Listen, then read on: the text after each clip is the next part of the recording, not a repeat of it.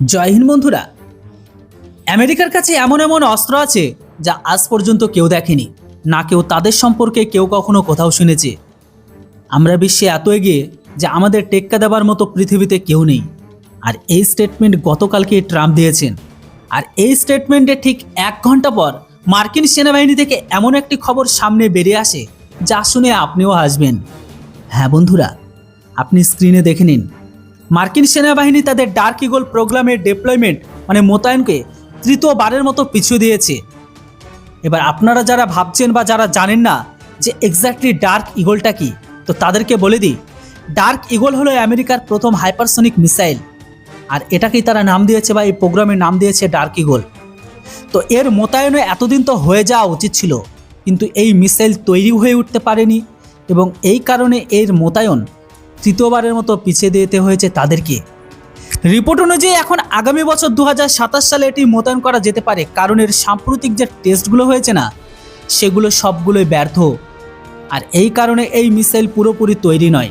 আর অনেকটা এমন অবস্থা ঠিক চীনের রাষ্ট্রপতি শি জিনপিং গত বছর স্টেটমেন্ট দিয়েছিলেন যে তিনি আগামী কিছু সময়ের মধ্যে এমন অস্ত্র বিশ্বের সামনে রিভিল করবে বা নিয়ে আসবেন যার পর চীনকে বিশ্বের সবচেয়ে শক্তিশালী দেশ মানা হবে। কিন্তু এই দেশটিও সঠিকভাবে ব্যর্থ হয়েছে, এই বিশেষ করে হাইপারসনিক মিসাইলের ক্ষেত্রে। এদের মিসাইলগুলো টেস্ট এত সফলভাবে ফেলিওর হয় যে যেখানে টার্গেট করে সে টার্গেট থেকে 40-50 কিলোমিটার দূরে গিয়ে সে টার্গেট হিট করে। তাই এই রিপোর্ট অনুযায়ী চীনও হাইপারসনিক মিসাইল আগামী 2 থেকে 3 বছর পর্যন্ত মোতায়েন করতে পারবে না।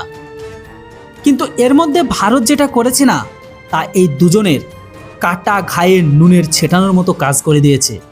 আসল কথা হলো, যেখানে এই দুই দেশ হাইপারসনিক মিসাইলের টেস্ট সফল করতে পারছে না, সেখানে আজ ভারত প্যারেডের প্রস্তুতি নিচ্ছে। 26শে জানুয়ারি প্যারেড, এমনকি তাতে আপনি স্ক্রিনে দেখুন যে হাইপারসনিক মিসাইলগুলোর সাথে আমরা এই রিহার্সাল করছি। হ্যাঁ, যে প্যারেড হবে সামনে, সেই প্যারেডে আমরা এই মিসাইলকে শো আপ করব। এমনকি এর অভ্যাস আমরা হাইপারসনিক মিসাইলের সাথে করেছি। আর এটি কোনো সাধারণ হাইপারসনিক মিসাইল নয়, এটি হচ্ছে সেই হাইপারসনিক মিসাইল যেটিকে বানানো খুব কঠিন। কেন দেখুন, কারণ একটি লং রেঞ্জ হাইপারসনিক মিসাইল দীর্ঘ দূরত্বে আঘাত হানার মতো।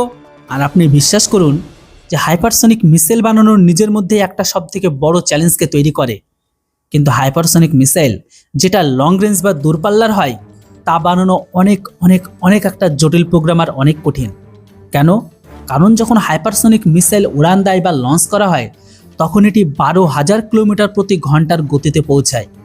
আর সেই গতি বাতাসে যে ঘর্ষণ বা ফ্রিকশন তৈরি হয়, তা এত বেশি যে বড় থেকে বড় বড় ধাতু যতই শক্ত হোক না কেন, তা বাতাসে গলতে শুরু করে।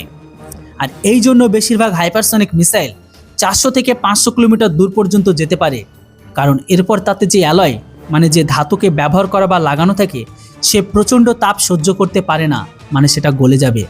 এক্স্যাক্টলি এই কারণে হাইপারসনিক মিসাইল তৈরি করা খুবই কঠিন একটা ব্যাপার বা নিজের মধ্যে একটা চ্যালেঞ্জ তৈরি করে। আজ পর্যন্ত শুধু রাশিয়া আর ভারত এটি করতে পেরেছে বিশ্বে। চীন, আমেরিকা ফেলিওর হয়েছে। কিন্তু ভারত তো এই মুহূর্তে এত এগিয়ে গেছে যে শর্ট রেঞ্জ হাইপারসনিক তো আমরা অনেক আগেই টেস্ট করে নিয়েছিলাম। এখন আমরা লং রেঞ্জ হাইপারসনিক মিসাইল বানিয়ে প্যারেডে বিশ্বের সামনে তা প্রদর্শনও করছি। আর এই কারণেই এটি বিশ্বের প্রতি ভারতের বার্তা যে তোমরাও বলতে পারো আমরা সময় মতন যুদ্ধ বিমান বানাতে পারি না, স্টেলথ টেকনোলজি সম্পন্ন অস্ত্র আমরা তৈরি করতে পারিনি। সব বিষয়ে তোমরা আমাদের সমালোচনা করবে, কিন্তু যখন কথা আসবে এই মিসাইলকে নিয়ে, তখন সেখানে আমাদের সাথে তুলনা কারো হয় না, কেননা কিং আমরা এই মিসাইলের দুনিয়াতে। ইয়েস। আর রইল চীন আমেরিকার কথা, তো এদের মিলিটারি বাজেট কারো 250-300 বিলিয়ন হতে পারে, আর আমেরিকার তো 1 ট্রিলিয়ন পার করে গেছে। আর আমাদের সেখানে মাত্র কত? 80 বিলিয়ন। কিন্তু তা সত্ত্বেও আমরা তোমাদের নাস্তানুবোধ করছি তোমাদেরই খেলায়। যদিও আমি জানি আপনাদের মধ্যে কেউ কেউ নিশ্চয়ই বলবেন যে ট্রাম্প যা বলেছিলেন আমাদের কাছে এমন এমন অস্ত্র আছে যা বিশ্ব দেখেনি, হয়তো সেগুলো হাইপারসনিক নয়, মাইক্রোওয়েভ লেজার ওয়েপন হতে পারে। তো সেই সব লোকেদের আমি বলে দিই, ভারত আজ থেকে 5 বছর আগে, 2020 সালের আগে এই ধরনের লেজার ওয়েপনের টেস্টিং করে ফেলেছে।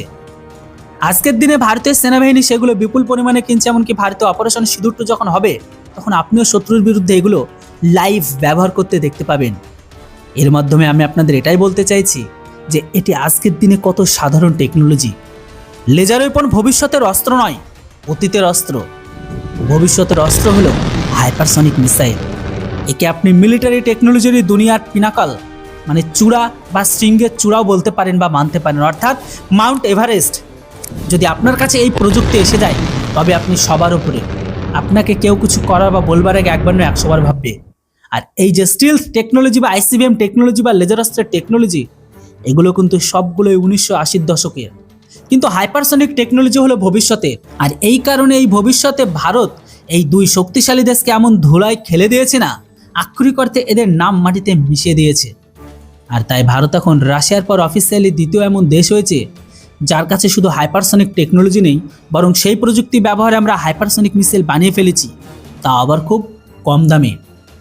আপনারা আন্দাজ করতে পারবেন না যে আমেরিকার চীন হাইপারসনিক টেকনোলজিতে কত টাকা উড়িয়েছে। শুধু যদি এখানে আমেরিকার কথাই বলি, $20 বিলিয়ন উড়িয়ে ফেলেছে আমেরিকায় হাইপারসনিক মিসাইল বানানোর চেষ্টায়।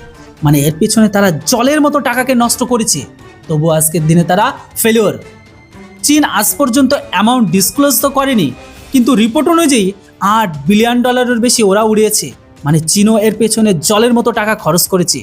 ওভারঅল দেখলে বুঝবেন দুজনেই কিন্তু জলের মতো টাকা খরচ করেছে এই প্রযুক্তির পেছনে। কিন্তু সেখানে ভারত আক্ষরিক অর্থে কোটি বা সামান্য দামে হাইপারসনিক মিসাইলকে বানাচ্ছে। আর এর জন্য আমাদের সবার স্যালুট জানানো উচিত আমাদের বিজ্ঞানীদের, যারা আক্ষরিক অর্থে সাপোর্ট ছাড়া, ফান্ডিং ছাড়া এমন অলৌকিক অস্ত্র তৈরি করেছেন, যা আক্ষরিক অর্থে আমাদের শত্রুরা আমাদের ওপর প্রেশার বানাতে চেয়েছিল এই হাইপারসনিক মিসাইলকে বানিয়ে। কিন্তু তার আগেই ভারত এত বড় খেলা খেলে দিয়েছে।